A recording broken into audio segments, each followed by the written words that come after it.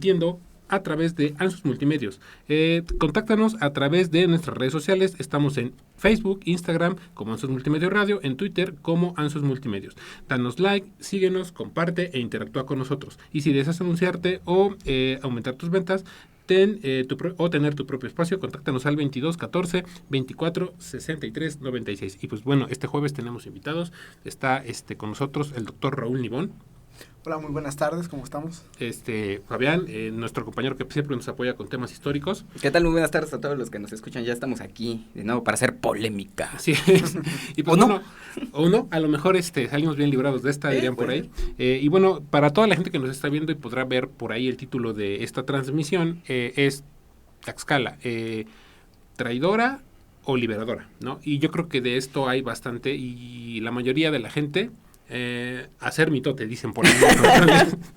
Pero antes de que empecemos como tal con este tema, pues vamos a ponernos un poquito en contexto, ¿no? Claro. Y vamos a hacer un par de preguntas para ver la postura de como tal, aquí nuestro compañero Fabián y de nuestro invitado, para ver pues bueno, qué percepciones son las que hay respecto a el tema de la conquista con esto de los 500 años de la caída de Tenochtitlán, puesto que en su gran mayoría se menciona pues, a los tlaxcaltecas, ¿no? Sí. Por haberse aliado, por haber acunado a los españoles después de este intento de tomar la ciudad y pues haberles dado mujeres, darles de comer y decirles, mira, yo te voy a decir por dónde irte para que no caigas en sus trampas, ¿no?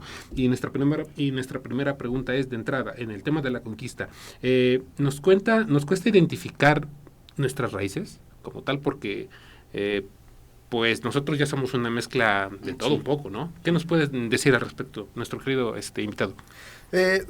Sí nos cuesta identificar el tema de nuestras raíces, pero yo creo que no es tanto porque carezcamos de conocimiento histórico, sino porque carecemos de claridad de quiénes somos, ¿no? Entonces, yo creo que sí, pero con ese matiz. Sí. ¿Querido Fabián?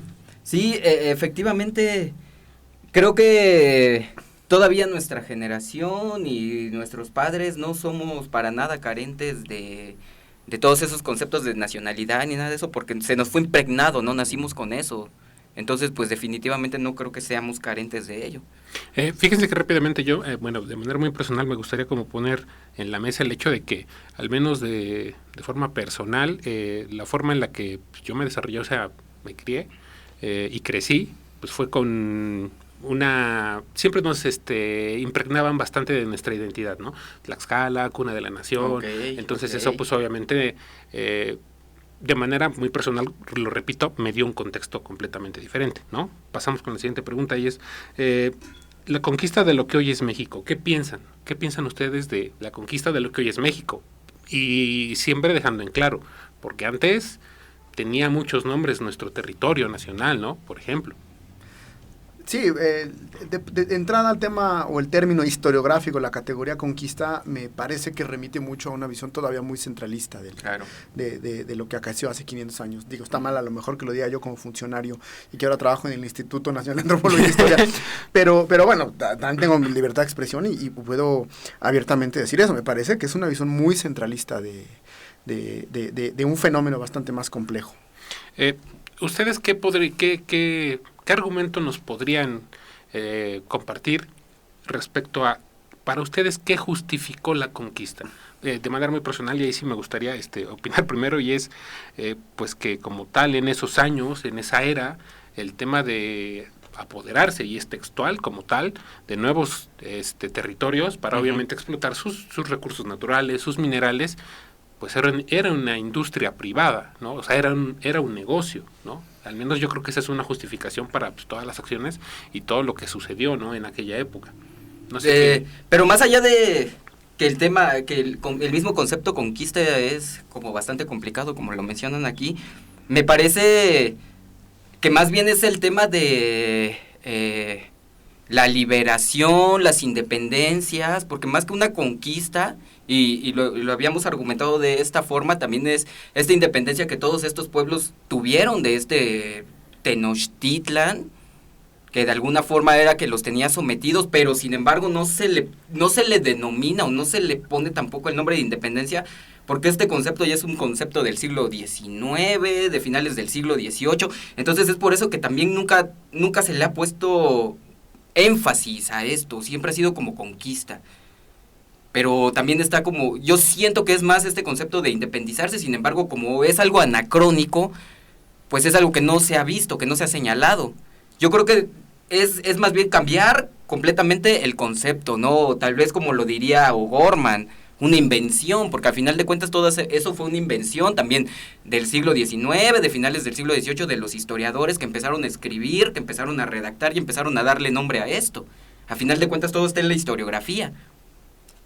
Sí, pues mira, el término conquista, una categoría, insisto, historiográfica, procede más de un resultado del nacionalismo posrevolucionario, es decir, lo que nosotros entendemos como nuestra historia mexicana es en realidad el resultado de la Revolución Mexicana que nos enseñó cómo ser mexicanos, y no solamente nos enseñó cómo ser mexicanos, sino cuál es el manual, el camino a través del cual nos convertimos en mexicanos. Entonces, nos han dicho que lo mexicano, insisto, un invento posrevolucionario del siglo XX, nos han dicho que lo mexicano es un etéreo que existe casi desde que el primer hombre que cruzó Bering, que además ni siquiera sabemos. La raza de bronce. La raza de bronce, ¿no? Puso el pie y a partir de ahí nos convertimos en mexicanos, a partir de ahí tenemos toda una trascendencia histórica que de repente fue... Comparada con los griegos, con los romanos, exactamente, esa es la cuestión. Y que fue en algún momento ese devenir del ser mexicano fue violentado, por no decir en términos pasianos, violado, ¿no?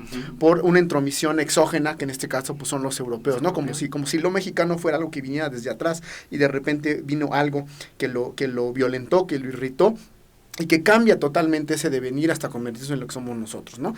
A eso es a lo que llaman conquista. Ahora, porque yo decía que es un término muy centralista, no solamente centralista, sino excesivamente occidental. Sí, claro. Las conquistas vienen pues desde la época en que los cristianos querían hacer una conquista espiritual, luego vienen las conquistas de las cruzadas, luego vienen, y así, y las conquistas de los reyes medievales, luego vienen las conquistas y las reconquistas, por ejemplo, de los españoles, ¿no? Sí.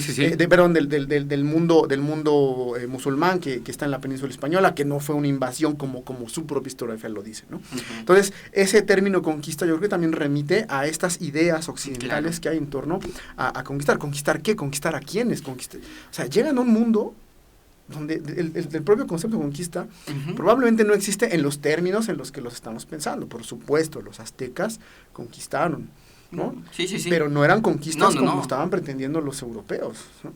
Sí, así es. Efectivamente, y es esto que empezamos a asimilar yo creo que a partir del siglo XX, porque yo creo que antes de eso, el mexicano o el que vivía todavía en este territorio, pues no tenía como esa idea de... Ay, soy mitad español, mitad mexicano, como que asumías que eres de ese territorio y por lo tanto pues ya eres mexicano. Ya fue, como tú lo mencionas, a partir del siglo XX, a partir de todas estas ideas postrevolucionarias que nos metieron un chip que de repente, existió una conquista, ¿sabes? Y existe todo este mito antiguo donde el mexicano y te puedes igualar y te puedes equiparar a los griegos, a los romanos, porque los mayas inventaron los números. Es un poco romántico todas estas concepciones, obviamente pues muchas nacidas del siglo XIX, ¿no? De donde viene el mismo romanticismo, entonces siento que de ahí deviene mucho todo este pensamiento. Así es. Bueno, por aquí tengo otra, tomando un poco el tema de pues, la llegada como tal de los españoles y esto que ustedes nos acaban de comentar, pues obviamente éramos un territorio, no puedo decir nacional porque el concepto no existía, sí. Pero éramos un territorio que albergaba a varios pueblos con sus, vamos a decirlo así, tratos en el aspecto de comercio, pero también con conflictos. Para ustedes, ¿qué tanto Cortés aprovecha estos conflictos?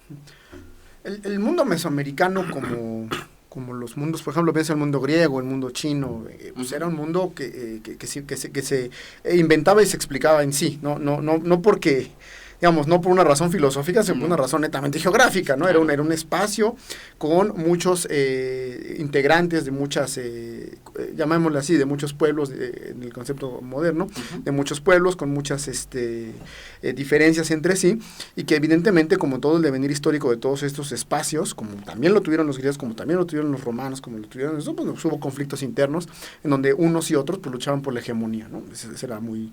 Cuando viene este componente exógeno, ahora sí un componente exógeno que se llama Hernán Cortés y todo el grupo que viene con una idea de conquista, ¿no? Con una idea de apropiarse de los espacios, Entonces, Cortés mismo observa o tiene esa capacidad de observar que precisamente es un mundo que no es homogéneo, que es un mundo que está en distinto, que está en pugna. Y no solo eso, creo que también tiene la capacidad de observar que además tiene una historia. Es decir, Cortés mismo está consciente de que... Una historia, una cosmovisión. Exactamente, una historia, una cosmovisión, que están los mayas y que hubo mayas antes de estos mayas que él está viendo, que los propios aztecas saben que son el resultado de una herencia histórica, es decir, sabe. Entonces Cortés yo creo que sí tiene esa capacidad por lo menos de observar que puede haber un nicho de oportunidad, ¿no? Para su beneficio. Claro, y si dicen se aprovechó, por supuesto que se aprovechó.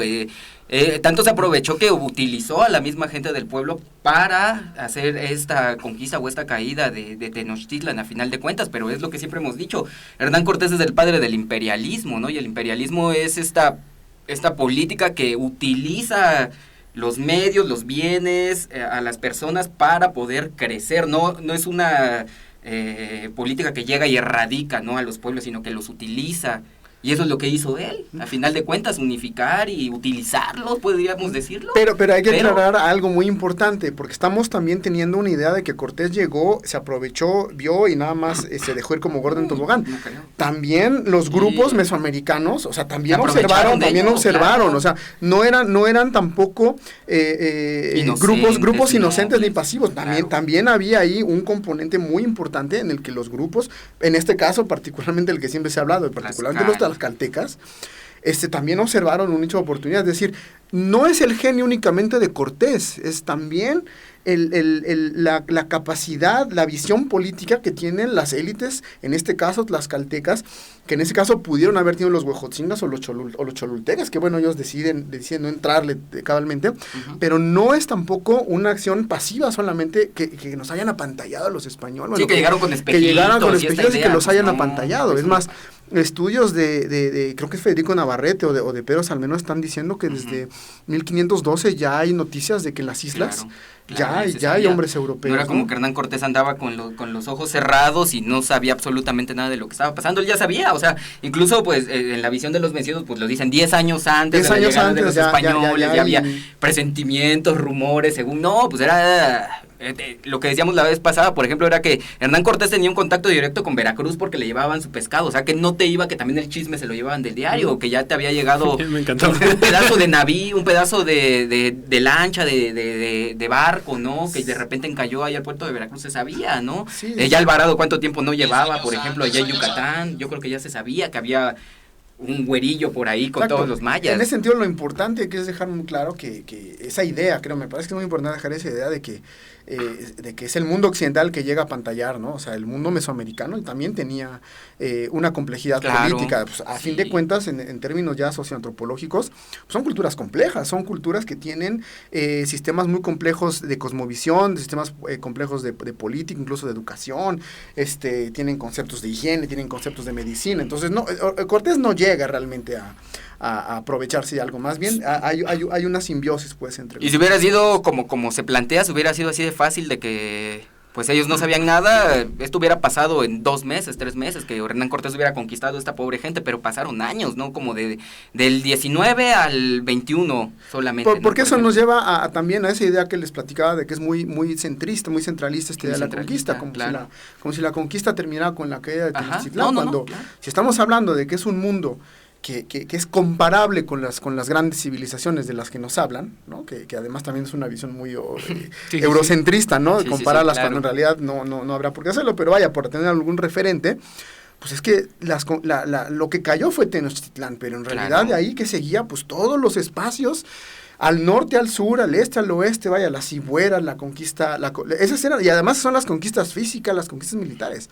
Las conquistas espirituales, pues es otro tanto que me atrevo a decir, ni siquiera ahorita en el siglo XXI ha terminado. No han terminado. Esa conquista espiritual de la que algún... Por ejemplo, ahorita que empezamos ya a arañar un poquito más esto, yo creo que cada pueblo en esos tiempos tenía, vamos a decirlo así, ciertas cualidades que otros no. Por ejemplo, y me gustaría preguntarles, ¿qué ventajas bélicas tuvo Cortés con Tlaxcala pues, para poder tener pues, obviamente el impacto que tuvo, ¿no? Y poder, pues, obviamente llevarse tantas victorias. No sé ustedes qué nos puedan decir al respecto. Pues también recordemos que la guerra era casi una empresa, ¿no? Entonces los tlaxcaltecas con el pueblo de Tenochtitlan estaban acostumbrados a darse sus cates a cada rato, entonces se conocían, sabían cuáles eran sus puntos débiles y cuáles eran sus puntos estratégicos. Entonces desde ahí siento que sí tuvo una gran ventaja Hernán Cortés, porque se conocían, digo, las guerras floridas existían y era algo que se hacía. Entonces se conocían ellos mismos. Sí, tecnológicamente, no, muchos historiadores ya actualmente han desechado la idea que la superioridad española fue de las armas y de los caballos, claro, fue lo que la pólvora, fue ¿no? la pólvora, fue lo que decantó la victoria, bueno, lo que hizo que la victoria se decantara a favor de los españoles. Por otro lado, dicen que un puñado de 800 españoles no se comparaba con pues todo el ejército, sí. Bueno, todas las huestes, no huestes no es la palabra, toda la gente que estaba con los aztecas, ¿no? ¿Qué fue lo que ganó? Pues la alianza, las alianzas realmente, las alianzas y la cantidad de aliados que se juntaron para pelear contra los aztecas fue básicamente lo que así es. Por ejemplo, en el tema, y ahora sí que yo quiero hacer mención de pues el papel de la mujer, ¿no? Lo comentaba en algún otro momento, en otro, ahora sí que en otro espacio, en específico Malinche. ¿Qué nos pueden decir al respecto? No, porque pues, ahora sí que yo he oído, lo que más yo he escuchado es el tema pues de el poder comunicarse, y yo creo que ese es un elemento básico, ¿no? Para poder saber planear, generar estrategias e incluso alianzas. Malinche, en realidad Malinche era Cortés. Sí. ¿No? En realidad Malinche era Cortés, era el que estaba con Malintzin, ¿no? Malinche era el que estaba con Malintzin.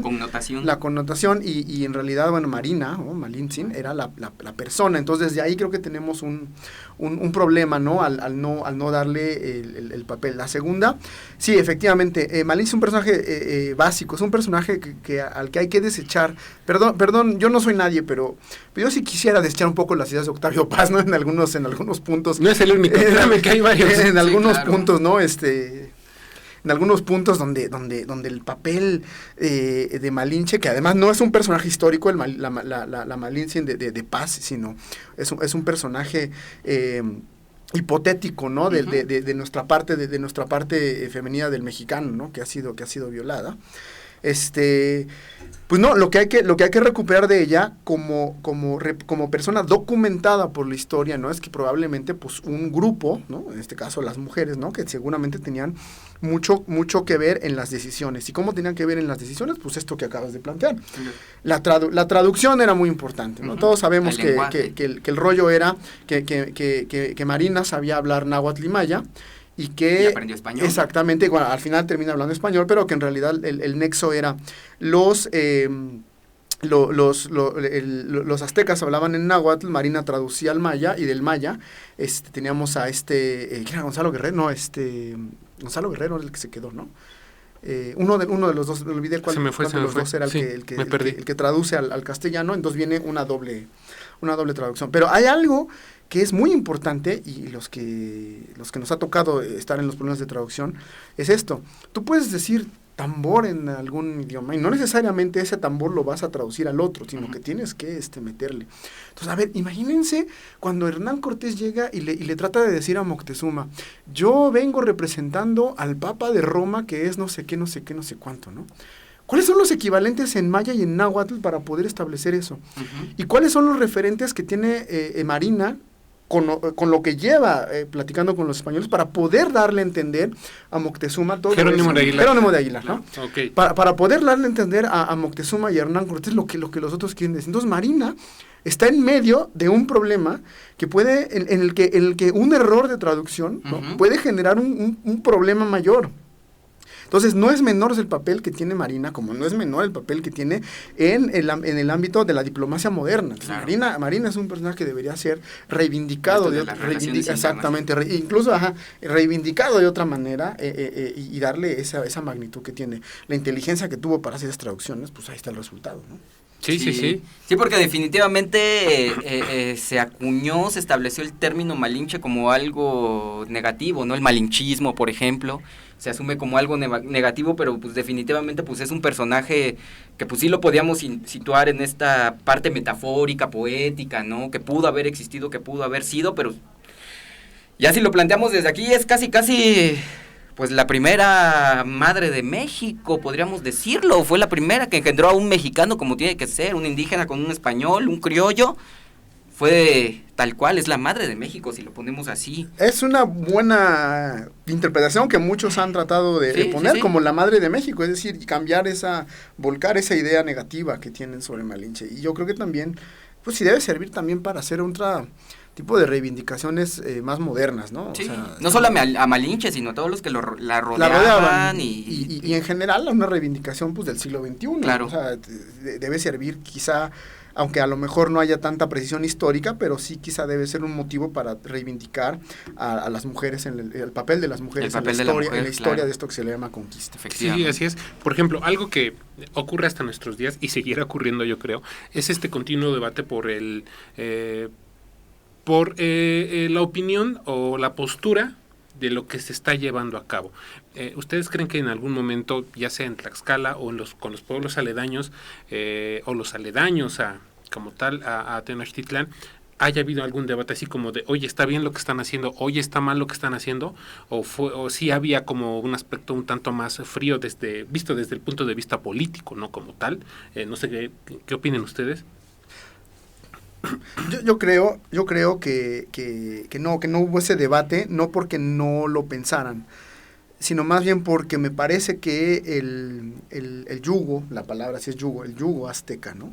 Uh-huh. No daba pie para hacer esas complacencias, decir, oye, me estás traicionando, no me estás traicionando, ¿no? Sí. La realidad es que, o al menos lo que he leído, los estudios plantean, es que los aztecas sí tenían una dominación, claro. Mano dura. Una mano dura, ¿no? Sobre y que tenían una visión bélica, pues también un poquito extrema, podríamos decirlo de cierta forma. Y me atrevo a decir, y a lo mejor caigo en no anacronismo, pero a lo mejor caigo en algo que no tiene que ver.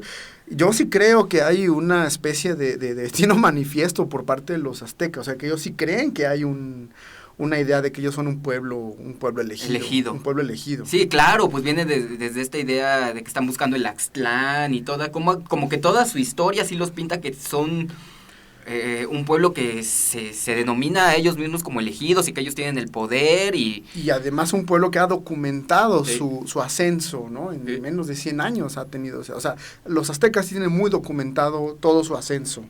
Hasta donde ellos llegaron, entonces yo sí creo que a lo mejor tienen ahí esa idea de una predestinación manifiesta. Sí. Si lo manifesté. Medio megalómano. Exactamente. Como que todo esto tenían los... Sí, claro que sí. Por ejemplo, ahora sí que al punto hasta el que ya llegamos, ¿no? Ya que pusimos en contexto todo esto y ahorita con los últimos comentarios que hemos hecho, yo creo que ya es como importante comentar el hecho de decir, ¿sabes qué?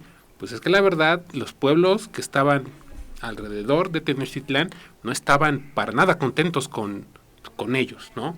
Que tenían demasiados conflictos por aspectos comerciales, por aspectos religiosos, bélicos incluso, y que quizá la presencia y pues como tal los motivos que traían los españoles, que era de apoderarse como tal de la riqueza, pues para poder echarse flores pues, con la corona española y decir, mira, ya te tengo esto, ¿no? Y hemos venido a hacer cosas súper importantes en tu nombre, ¿no? Entonces es ahí en donde yo sí pongo en tela de duda el hecho de, pues traición no hubo, ¿no? No sé qué opinen ustedes, de ninguna índole. Cuando tú traicionas a alguien es porque estás, ¿cómo se dice? Porque estás dándole la espalda a una causa, ¿no? O sea, okay. Es decir, pensando un poco en la semántica de la traición, ¿no? Judas traiciona a Jesucristo, ¿no? Por ejemplo, ¿no? ¿Por qué? Porque le da la espalda a quien era su mentor Entonces, pensando un poco en el término traición, ya extrapolado a los pueblos, ¿no? Se habla de una traición cuando en los conceptos más modernos de nación, le da la espalda a tu padre. Entonces, cuando se habla de traición a la patria, por ejemplo, se dice de que estás dejando los valores intrínsecos de donde naciste para apoyar a otro, ¿no? Entonces, por eso se habla de mercenarios, por eso la pena de muerte en el Estado mexicano solamente está prevista para casos de traición a la patria, etcétera, ¿no? Okay. Claro. Maximiliano, por ejemplo. Por eso es que el tema de traición, yo creo que nos llama a esta idea postrevolucionaria de la que hablaba al principio, de decir, es que nos traicionaron a nosotros que éramos los mexicanos. Es que cómo puede ser que esa aura etérea que viene desde el hombre de Bering, hasta acá, desde el hombre de Tepex, aunque en realidad es mujer, hasta acá, ¿no? Éramos mexicanos y nos traicionaron. Entonces yo creo que esa es una idea postrevolucionaria. Eso no quiere decir... digamos, en el plano histórico no creo que haya habido una traición, pero en el plano de nuestra idea y de identidad es donde existe esa traición. En ese sentido sí existe. ¿Por qué? Porque nos la han inculcado, porque nos han enseñado de que si no hubieran habido españoles, los mexicanos hubiéramos seguido una línea de civilización y cultura, ¿no? Como pocas en el mundo. Entonces, por eso yo creo que se habla de traición. Pero ya dentro del contexto histórico, yo no creo que haya habido traición. Yo lo que creo que había, es lo que había incluso en la modernidad, alianzas, ruptura de alianzas, diplomacia, conveniencias, pactos, etcétera. Básicamente lo que nos está mostrando ese mundo mesoamericano de la época de la conquista, si están viendo mis comillas, sí. Ojalá vean mis comillas sonoras, pero lo que en realidad está mostrando es un mundo complejísimo, que simula guerras ecuménicas, o sea, no fue nada más de, llegaron los aztecas, son los malditos. Cholula le costó mucho trabajo definirlo, la Triple Alianza se planteó entrar o salir, los propios tlaxcaltecas estaban evaluando, y si perdemos, ¿no? Huejotzingo también evaluaba si, o sea, no era... Lo que vamos es que eran un montón de pueblos también a lo que dices. Exactamente, o sea, son muchas realidades Champotón también. No le quería entrar al tema tampoco, y los dentro mayas... del mismo Tenochtitlan. Exactamente, no era tan fácil. No. Y dentro de la propia Tenochtitlán, sin yo ser, digamos, el gran experto sobre el tema, pero bueno, sabemos... que esa complejidad también estaba, como tú dices, dentro de la propia sociedad azteca. Vaya, el güey Tlatoani no era como los reyes europeos. No era absolutista en este caso. Al grado que se buscaba incluso que Cuitláhuac tomara el lugar claro. en algún momento de Moctezuma, porque parecía que no caminaba, ¿no? La política de Moctezuma. Entonces yo no sé si hablar de traición en ese momento, aunque sí analizar la llamada traición historiográfica de la que nos han enseñado. Algo que me llama mucho la atención. Yo soy chilango, perdón, nadie es perfecto, yo sé que... Pero algo que yo noto es que siendo chilango, pues a nosotros nos enseñan una gloriosa historia nacional. Muy bien. Donde nosotros no pasamos por historias de Tlaxcala, no pasamos por historias. Nosotros la Revolución Mexicana es un complejo enorme, ¿no? Que va de norte a sur y nosotros somos los grandes protagonistas pues ese es el centralismo chilango. Perdón, nadie es perfecto, ¿no? Sí. Pero lo que tú dices al principio cuando nos dices que a ti te enseñaron esa historia de la cuna de la mexicanidad sobre Tlaxcala. La escuela de guerreros, por ejemplo, de nuestra forma de comercio, ahora sí que de todos los saberes que emanaban vamos a decirlo así, de nuestro pueblo. Sí, nosotros no pasamos por eso. En Chilangolandia no pasamos por eso. Ese es interesante. Eso es bastante interesante. Y otra cosa que a lo mejor puede ser interesante, que ustedes se darán cuenta, pero nosotros como chilangos no nos damos cuenta. Si ustedes van al Museo de Antropología, pues ustedes empiezan por la parte derecha y empiezan de manera cronológica, ¿no? Desde el poblamiento de América, no sé qué, no sé cuánto. Pero de repente a la mitad está la sala azteca. ¿No se supone que los aztecas deberían estar hasta el final? Porque son los últimos que cronológicamente están. Pero no, en el museo, hablando de estas retóricas nacionalistas que nos enseñan desde la primaria, los aztecas están en medio. Y en medio de la sala azteca está la Piedra del Sol, ¿no? O sea, está... Sí. Entonces, yo por eso decía que es una visión muy centralista. Sí, lo que pues sigue reflejando, ¿no? Que somos un país bastante diverso y a final de cuentas también cada quien tiene como que su propia historia. A lo mejor justamente aquí donde nos encontramos, en Puebla, sí se tiene mucho ese concepto acerca de que Tlaxcala es traidor y todo eso, pero porque yo también no soy poblano, yo soy veracruzano, pero siempre he sentido como ese discurso del poblano tal vez por este resentimiento que se tiene de que Tlaxcala fue primero que Puebla, ¿no? Y de que el mismo obispo de Tlaxcala, es a lo mejor lo que Javi quería escuchar y por lo que está aquí, por lo que hizo este programa, porque quería escuchar esas vanaglorias, ¿no? De que pues sí, a final de cuentas, ¿no? Puebla fue hecho por tlaxcaltecas, ¿no? Fue fundado por tlaxcaltecas. Entonces, por ejemplo, aquí sí se da mucho este discurso. A nosotros los veracruzanos, a nosotros nos vale 3 hectáreas. Para nosotros, los olmecas, ¿sabes? Los olmecas, de ahí vienen todas las culturas y de ahí comenzamos y somos los primeros. Sobre todo yo que soy muy del sur, casi pegado a Tabasco, ¿no? Okay. Olmecas, y nosotros somos los primeros. Por ejemplo, otra preguntota. ¿qué beneficios obtuvo Tlaxcala? A grandes rasgos hemos oído vamos a decirlo, lo básico, ¿no? El hecho de no pagar impuestos, el poder montar hasta caballo, portar armas, por ejemplo, el poder gobernar como la tal. República de Indios. Así es, pero ustedes qué otros beneficios, si es que los hubo, porque también hay un gran debate, ¿no? Porque pues por ahí yo estaba escuchando un programa por la mañana que decía, ¿sabes qué? Es que no todo es como lo pintan, ¿no? O sea, también hubo estos peros de sí, les vamos a dar esto y y los vamos a eximir de estos pagos, pero los pagos, los tributos se seguían haciendo, obviamente. Entonces, ahí sí me gustaría que ustedes nos ilustraran un poco. Voy. Pues, a final de cuentas, todos estos tratos y todo eso sí hicieron que sí tal vez se perdiera la esencia primordial de los tlaxcaltecas, ¿no? Como de todos los pueblos, porque a final de cuentas todos tuvieron esta cura de almas, empezaron a creer en el catolicismo, les llevaron a final de cuentas este pensamiento y pues por ello mismo se perdió mucho de la cultura. Yo creo que pues ya eso es un gran golpe en contra de Tlaxcala y su cultura y su pasado ancestral y todo eso, ¿no? Mira, hay los beneficios históricos consabidos, ¿no? Como tú dices, que son súbditos directos del rey, que se les otorga un territorio que prácticamente tú ves esos mapas, ¿no? Que van cambiando, ¿no? Y lo único que sigue ahí es Tlaxcala, ¿no? Hasta la fecha sigue siendo casi las mismas fronteras políticas que se delimitaron desde la época del virreinato y posteriormente la colonia. Yo creo que hay dos beneficios, uno insospechado y el otro un poco como consecuencia de ese.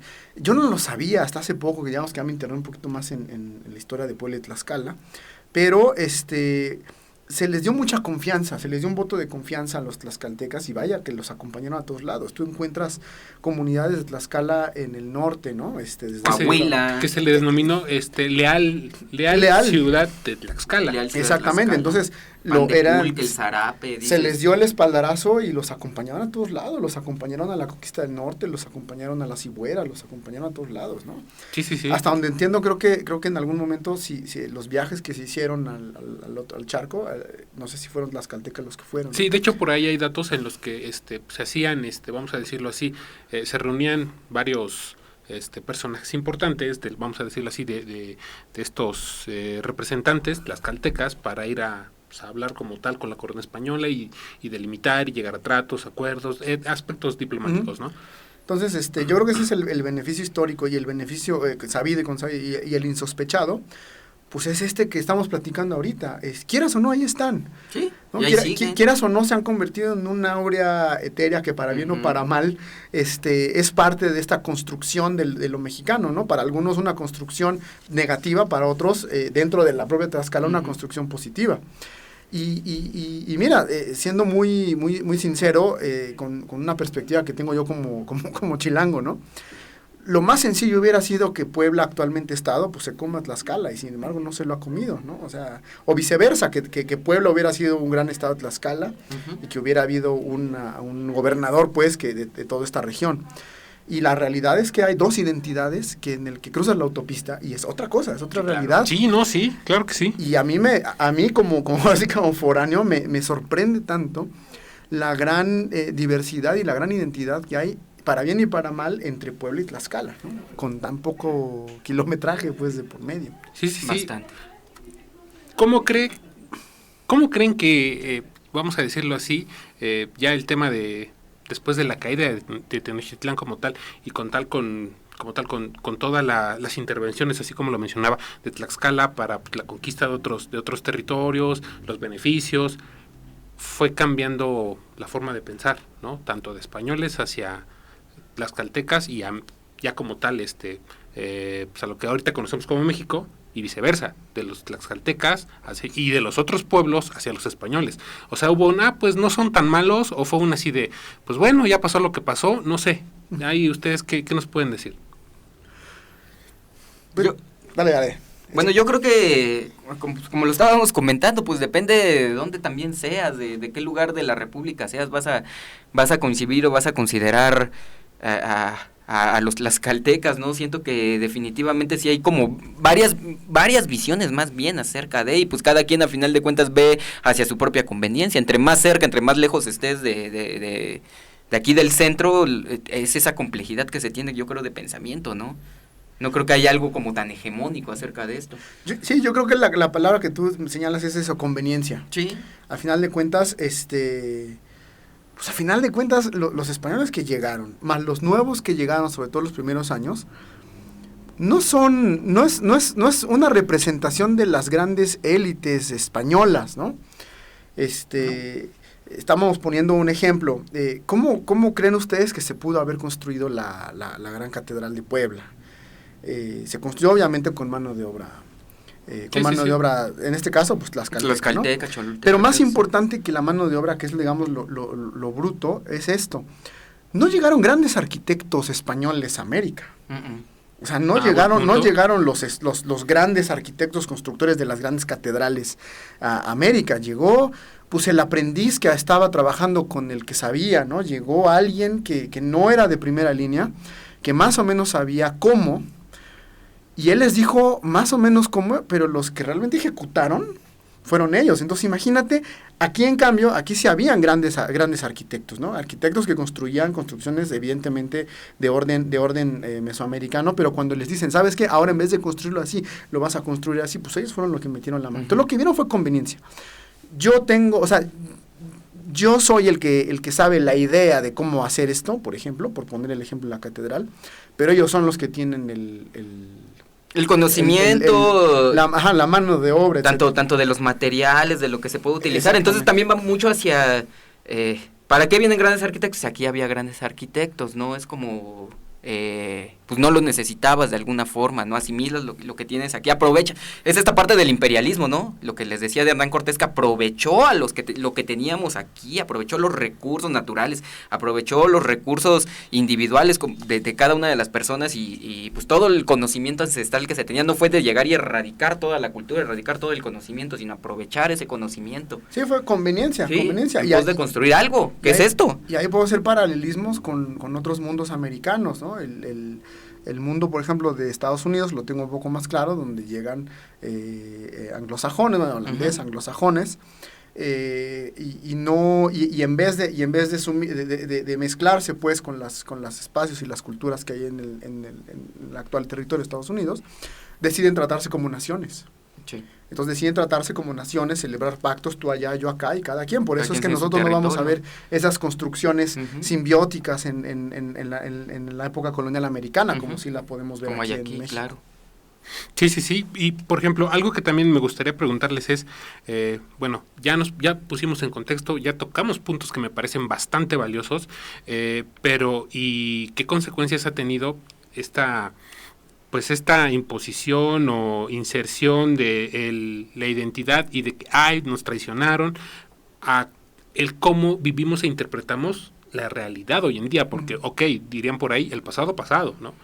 Pero, ¿y el presente? Pero mira, o sea, vamos hacia que también es una realidad, pues, bastante sabida, y es una realidad también pues bastante constante dentro del mismo tlaxcalteca, porque Tlaxcala viene en un ADN de ese tipo de asimilación. O sea, obviamente se asimilaron con los españoles porque ellos eran los que tenían el poder, pero también en esta parte, cuando México fue federalista, los tlaxcaltecas fueron federalistas; cuando fue centralista, los tlaxcaltecas fueron centralistas; cuando íbamos apoyando al gobierno de Juárez, somos juaristas; cuando fuimos revolucionarios, fuimos revolucionarios. Hace algunos años, cuando el país se impregnó de Partido de Acción Nacional, Tlaxcala era Partido de Acción Nacional, y yo me acuerdo que hasta fui en diciembre y había un árbol de Navidad gigantesco con unas esferas gigantes azul y blanco. Sí, también lo vi. Entonces es como también parte del ADN del tlaxcalteca, a final de cuentas, esa asimilación que es, porque pues es un estado tan pequeño que no le queda más que ser un camaleón, podríamos decirlo, más que asimilarse, no darse a notar, tal vez, porque como lo dices, pues sigue existiendo, sigue resistiéndose,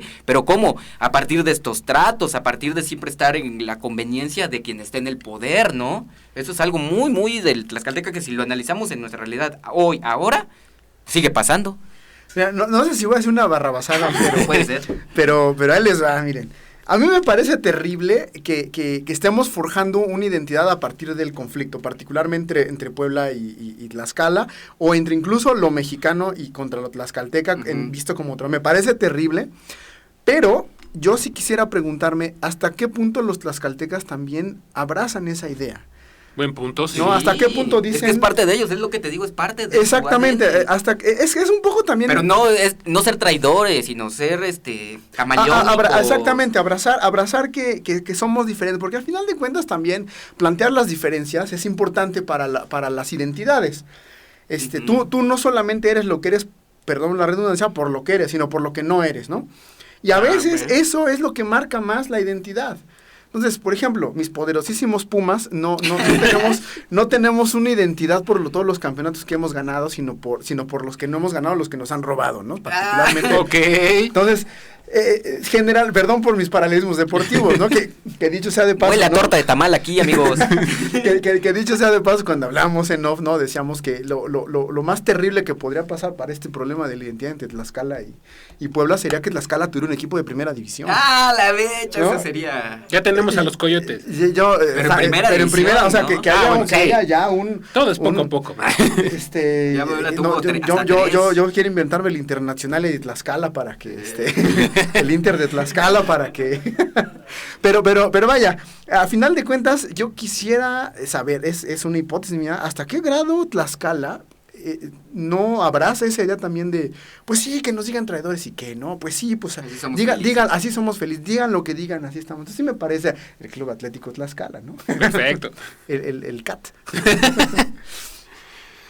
Sí, que tanto va como en esta idea de, pues también que tanto les interesa vislumbrar o llamar la atención a nivel nacional, ¿no? Parece que no, pues no les late. No, sí, yo sí creo eso, yo sí creo que hay lugares, que hay pueblos, que hay naciones que sí abrazan esa idea y algunos a propósito, ¿no? No sé hasta qué punto Tlaxcala lo haga, es hipótesis mía. Yo creo que nosotros hemos, al menos el Estado ha pasado, sí, pues como tal, yo soy de allá, vivo allá, voy y vengo todos los días, yo creo que a nosotros nos ha pasado un fenómeno bastante interesante que tiene muchísimo que ver con este tema de la conquista, de el salir detrás o seguir a los españoles para, sí, como tal, conquistar otros pueblos, como lo decías, ¿no? Norte, sur, este, oeste, y es esa costumbre de, pues, siempre salir de nuestro territorio, ¿no? Cosa que sigue pasando, ¿no? Por ejemplo, yo, pues, al menos que conozco a mucha gente que labora aquí en el centro,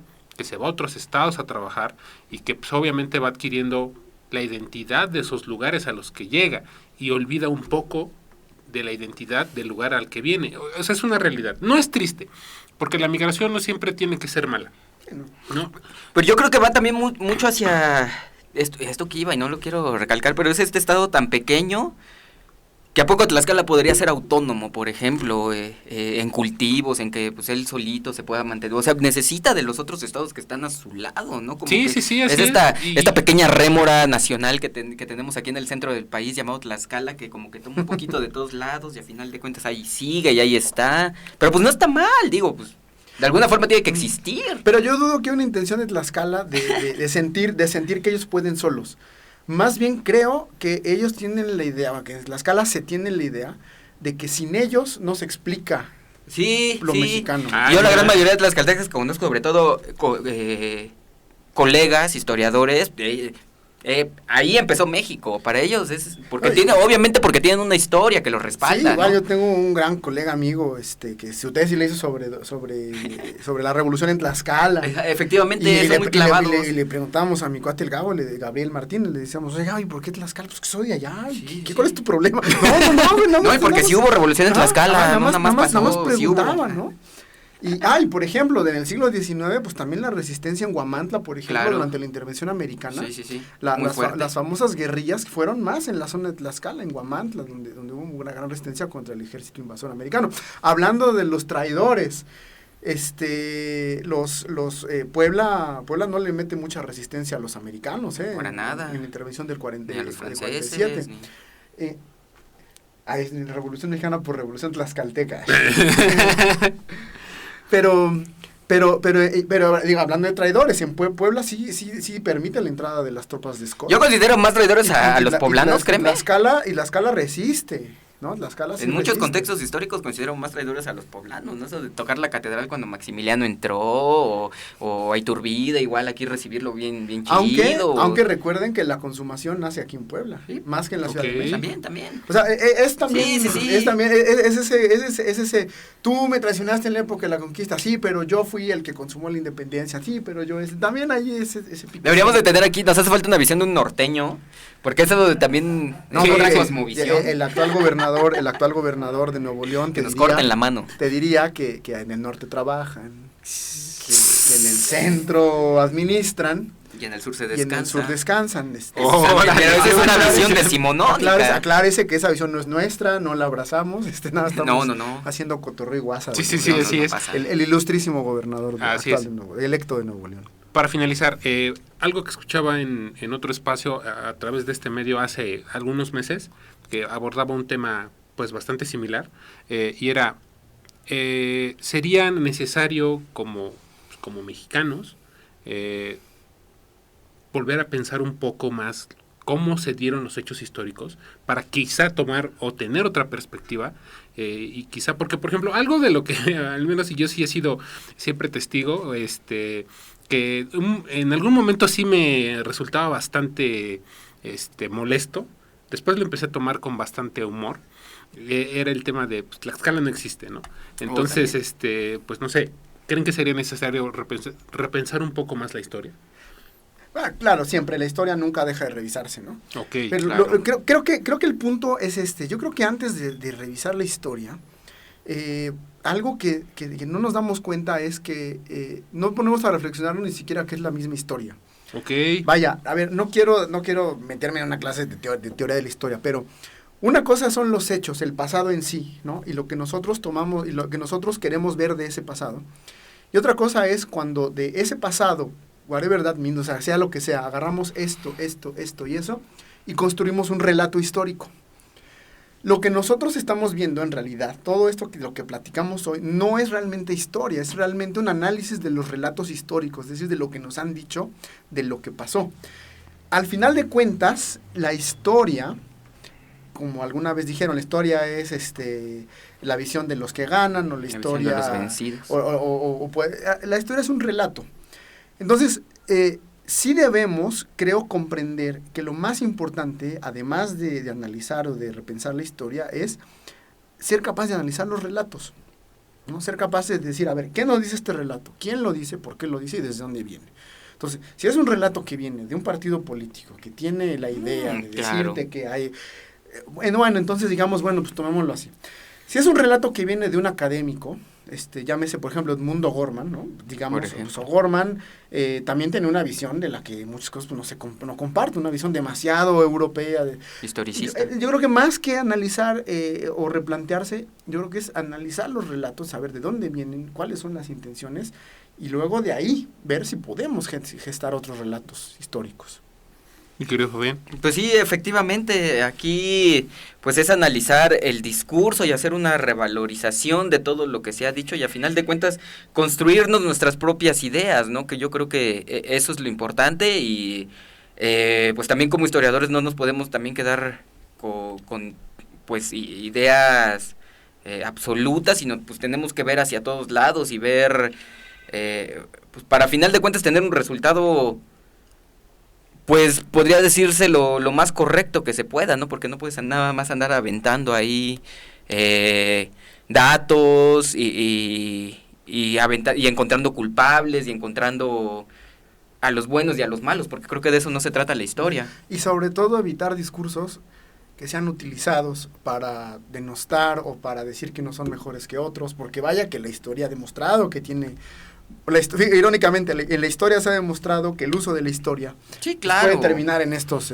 Al final de cuentas, en esto de pues que la historia ha sido hija del mismo Estado, ¿no? Ha sido utilizada por el mismo Estado para crearnos un discurso, para crearnos ciertas cosas, ¿no? Todo lo que viene en los libros de texto gratuitos, pues habría sí que leerlos, pero siempre... pues con pincitas, ¿no? Que por cierto, eso es algo que me da mucha risa. Miren, cuando dicen, es que este gobierno está haciendo con los libros de historia, adoctrinando, que no sé cuánto, yo les dije, ¿y quién no? Pues sí, todos adoctrinan. La Siempre. Educación y el uso de la historia, a final de cuentas, adoctrinar. Por eso la idea es estudiar el relato, ¿no? Estudiar el relato para saber qué es lo que nos quieren decir y ver si sí lo vamos a tomar o no lo vamos a tomar. Yo creo que eso es lo difícil realmente, ¿no? Sí. Al final de cuentas también es como una religión, o sea, no te vas a quedar con lo que te dice, nada más vas a ser religioso por tradición, sino no nada más eres mexicano por tradición. Investígale, estúdiale, también tienes que situarte en qué realidad te encuentras y cuál es tu pasado, ¿no? A lo mejor ni siquiera es tu pasado, a lo mejor 3 generaciones para allá eres español, Sí. ni siquiera tienes descendencia mexicana y andas molestando aquí con mexicano, tu descendencia es judía, no sé. Sí, así es. Y bueno, de manera muy personal, yo creo que la mejor herramienta para poder llegar a estos resultados o a estas acciones es la difusión constante de estos relatos, ¿no? Sí, la difusión y... El poner a la mano, a pues, todo esto, ¿no? A las personas. Por ejemplo, ahorita con el tema de las redes sociales, que yo creo que son una herramienta bastante buena, nada más que no trajo instructivo, esa es la parte mala. Entonces, tenemos la oportunidad de llevar esto y dejarlo ahí para que la gente lo pueda revisar, para despertar en ellos pues esa comezón de decir, bueno, a ver, ¿sabes qué? Me interesa saber un poco más, ¿no? Yo creo que sería como, o es el primer paso, ¿no? Para empezar a pues, encontrar nuevas opiniones, nuevas perspectivas y sobre todo a desarrollar en el público pues un poquito de amor y curiosidad por nuestro pasado, ¿no? Uh-huh. Eso es lo importante, ¿sí? Sí, las redes sociales han democratizado la información, lo vemos, ¿no? Actualmente ya no tiene que ser filtrado por alguna televisora en Chapultepec o en San Ángel, ¿no? Sí, por dar ejemplo. O en el periférico, en la Jusco, para decirnos qué es lo que debemos pensar, cómo lo debemos pensar. Pero a su vez trae otros problemas. Trae el problema de que ahora es demasiada la información. Sí, y ahora cualquier laminita que nos ponen ahí nos la creemos, ¿no? Es que la laminita de Facebook decía tal cosa y ya no la creemos sin hacer una crítica. Entonces sí, como dices, no trae manual, pero sí, es el primer paso para... Así es. Pues muchísimas gracias por habernos acompañado el día de hoy, mi querido Fabián. Muchas gracias a todos los que nos escucharon. Ya saben, aquí andamos. Muchísimas gracias por la oportunidad de estar con ustedes. El Rincón del Vago para nuestra generación. Sí, ¿no? así para es. Nuestra generación, los que crecimos con Papá el Rincón Google. del Vago. Así es. Muchísimas gracias a toda la gente que nos escuchó. Rápidamente les tenemos por aquí un pequeño anuncio.